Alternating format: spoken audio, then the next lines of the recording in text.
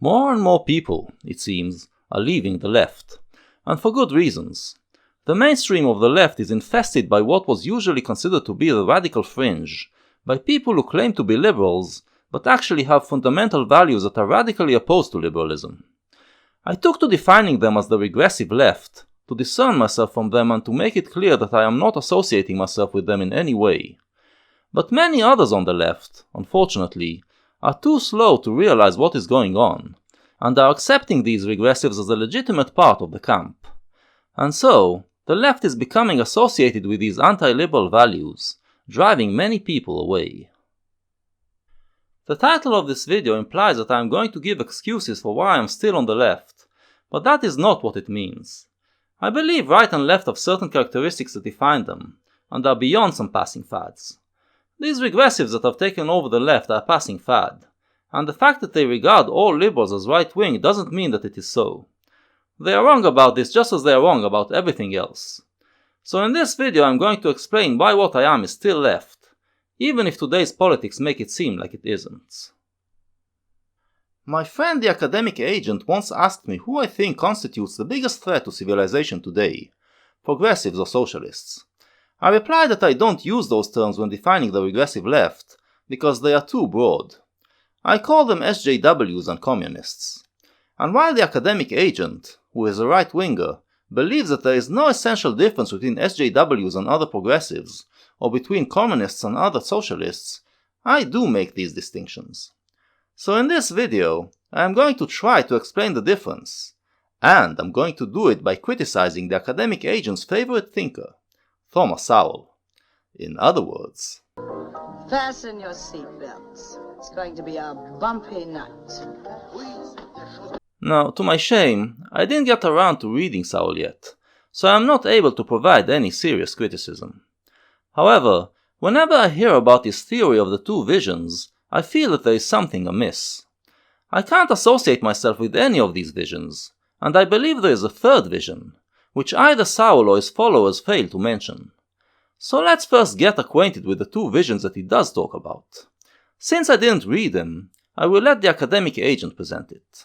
In this video, I want to talk about the valuable insights in Thomas Sowell's book, A Conflict of Visions, which was first published in 1987. This is a work of remarkable clarity and penetrating insight. In it, Sowell argues that modern political struggles boil down to two very different visions of humanity, the constrained vision and the unconstrained vision.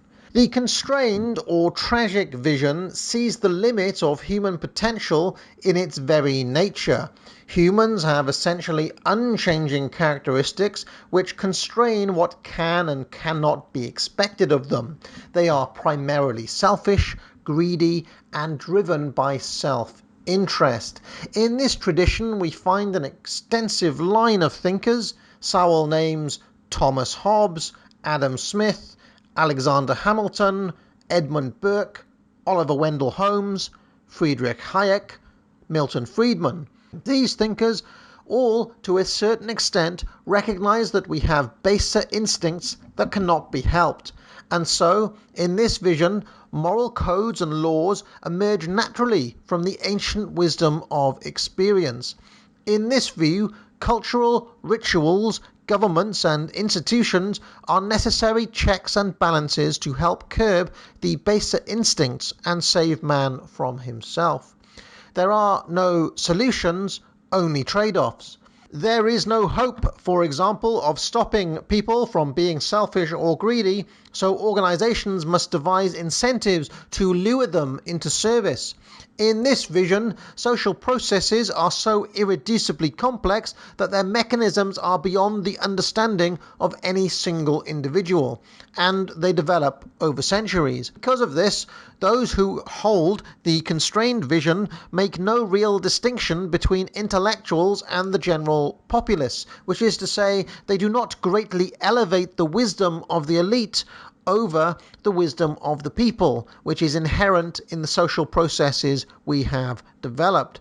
No one is able to engineer better or worse outcomes for the whole because no one's understanding of these processes can possibly be good enough to predict the possible consequences of their actions. This is the constrained vision. Against all of this, we can set the unconstrained or utopian vision. In this vision, there are virtually no natural limits on what human beings can achieve, because human nature itself is seen as being contingent on its social and environmental conditions. This means that humans are perfectible in a way that is seen to be impossible by those who hold the unconstrained vision. This is what Pinker calls the blank slate.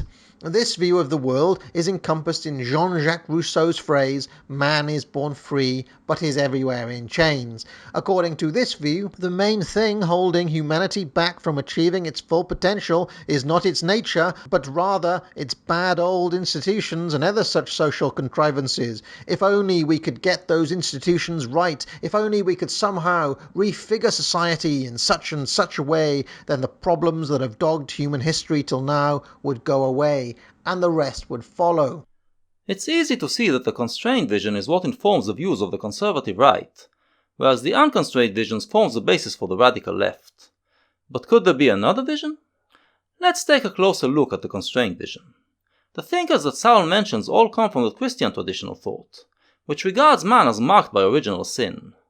Because original sin is part of man, he will always be a sinner, and cannot be perfected. His only hope for heaven is in the afterlife, so the attempts of the radical left to establish heaven on earth are bound to fail. I do not regard man as marked by original sin, but I do not regard man as a blank slate either. I regard man as an animal, which has evolved over millions of years, and carries all that genetic baggage with him. And because of that, man has animalistic instincts and urges, and cannot form a perfect society. In that, I agree with the conservatives. But I also believe that humankind, as a species, is not constrained and can change and evolve. And so, I do believe in progress. Since human nature didn't change much during the period that we call human civilization, things that were written about it in the past are still true today. So I agree with the constrained vision that traditional wisdom is relevant. However, civilization is about changing our behavioral patterns, our so-called second nature, and make it better. It is also about creating better tools to control nature, and adjusting our behavior to be in accordance with our better tools. Which means that our traditions also contain a lot of remnants from our less civilized past, and should be criticized and changed. In that, I stand against the conservatives and the constrained vision. Progress, to me, is the process where the human ape refines its behavior and beliefs, to make them increasingly less harmful. And if that's what you mean by being progressive, then I am with you. There is even the possibility that sometime in a distant future, man will be perfectible. But at this point in history, and for any time in the foreseeable future, we are far from it. Therefore, the best governance system for man right now is liberal democracy, and the best economic system is capitalist free market. Those are the systems that are both best at minimizing the harm that human nature might cause, and at allowing for gradual progress to occur. In the West, these systems are already in place, and that leaves us with not much to do except tweak them to make them better. On top of that, we can also help non-democratic countries implement them. If you believe in progress, this is the stance you should take. But the radical left has a sharply different opinion. By employing the Matt fallacy, they deny that there is such a thing as human nature, and contend that humans can be shaped in any way we want. The unconstrained vision is not about human ability to change in a slow process, but about being able to change into whatever we want right here and now.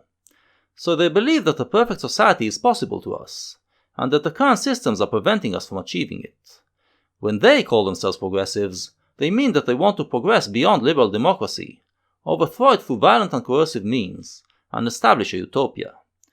That is the attitude that typifies those progressives that we call SJWs. As a liberal who believes in liberal democracy, then, I also defend it against those radical leftists. And that actually puts me in the same camp as the conservatives. The conservatives in the West believe in the values of liberal democracy, and believe they should be preserved. So it appears that while philosophically we have different visions, politically there's not much difference between me and the right. Why do I distinguish myself from them then? Because to me, politics is not the main field where the fight is taking place. Since we are already living in the best type of state, politics are not that interesting anymore. The main arena now is different. It is culture. Earlier, I said that progress is the process of refining the human ape to make it less harmful. But actually, that is only one side of it. The other side is discovering all the joys that the world has to offer us, to make life increasingly more joyful. Whenever there's a new fun thing, a new joyful experience, conservatives are suspicious of it. Because they believe in original sin, they believe that giving into pleasures has a corrupting effect on man's sinful nature, and will lead to bad results. But for me, our nature, that has evolved over millions of years, basically knows what's good for us. If something gives us pleasure, then it is good for us, as long as we don't do it excessively. So the challenge with every new thing is to find the best way of doing it, the right balance between fun and excess, and this is usually where I apply my critical skills. Thomas Sowell speaks of what he calls the vision of the anointed. The anointed are the people who are considered very smart by those of the unconstrained vision, so smart that their thinking is more progressed than that of the common folk. Therefore, their vision is the one that we should follow, even if all the evidence shows that they are wrong, and anyone who objects has to be silenced or ridiculed. Well, I don't consider myself to be anointed, and I don't want to silence conservatives. On the contrary, I am grateful to have conservatives around. That means that we can be adventurous and try out new things, without worrying that society will collapse as a result. The conservatives will hold the fort, resist the new temptations, and keep society going while we make our mistakes. Eventually, we learn what is good and what is bad about the new thing, and then we get society to adopt the good, overcoming conservative resistance. If you watch the series on psychedelia that I'm doing, I talked about all the exciting new experiences and ideas that came in the 60s, but also of the bad results caused by the excesses. If all of America and Britain would have just accepted the new thing, they would have both drowned in a whirlpool of sex and drugs and wild mysticism. But since it was just a counterculture, it could make its experiments and mistakes without bringing everything down. In the end, some of the things introduced in the 60s were accepted into mainstream culture, and some found themselves on the ash heap of history. Eventually, victories in the culture wars also lead to legislation, to changes on the political level. But I prefer to see it happen only after the culture war is settled. I wasn't very happy, for instance, when the United States Supreme Court decided in 2015 to legalize gay marriage. This came after years of cultural battles taking place all over the US, in which Americans were forced to deal with the prejudices towards gay people, and overcome them. In many states, this led to the majority deciding to legalize gay marriage, and it seemed like it was just a matter of a few years before all 50 states got there. The Supreme Court's decision cut this process. Now, gays can get married everywhere, but the prejudices are not being dealt with, and the anti-gay people are just more resentful about being forced to accept them. On the level of day-to-day interactions, this will lead to friction and sorrow. In my view, it would have been better to allow the cultural process to go on. The gays could have waited a few years to get married. It is a lot more important for their well-being to be fully accepted by the public than to have a marriage certificate granted by the imposing of federal law. I have the same approach towards socialism. It has become accepted to define socialism as a system in which the government organizes society, but I don't think that that is the essence of socialism. Socialism, for me, is first and foremost the opposition to capitalism, and it begins with the people, not the government. Capitalism is the best economic system, but it isn't perfect, and it can harm and exploit people. In those cases, there has to be socialist action to fix it. This action should not be through the political system, but on ground level, as the people who are being hurt organize to fight back. Legislation should be only the last step, after the battle has been settled. We YouTubers currently feel the deficiencies of capitalism, as we are getting screwed by the YouTube company, which seems to care about advertisers a lot more than about its own content creators. There is no way that this is going to change unless we take action. Currently there is an attempt by YouTubers to unionize, and I support this initiative. One way I can support it is by making videos like this. So again, my socialism is mainly a cultural thing. If this is what you mean by socialism, then I am with you. If by socialism you mean social engineering by the government according to a utopian vision, then we have a problem. When it comes to the question of the role of government, it depends whether it is needed. The idea of human progress is the idea that man should learn to stand by himself, without the need of support from the government. But that also implies that we are not there yet, so sometimes government is needed. When beatniks and hippies went wild and attributed all sorts of magical powers to drugs, it may have been a good idea to stomp their success by making drugs illegal.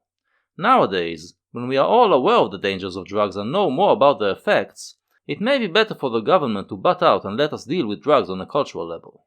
When there is racism or homophobia to the point where people are being culturally persecuted, the government should give them protection. When we reach the stage the West is at today, where racism and homophobia are mild, it is better to let things be resolved on the cultural level. So I support government oversight in places where the public seems unable to handle things by itself. But once it is, I will seek to remove the legislation and give the public its freedom.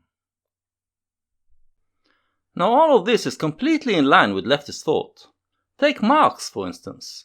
His ultimate goal was to eliminate government. But he accepted that on the way there, government action may be needed to point things in the right direction. This is essentially what I believe, although I doubt we will ever be able to eliminate government altogether. And, unlike the Marxists, I believe that any government action should be limited by individual rights. This is why I'm still a leftist.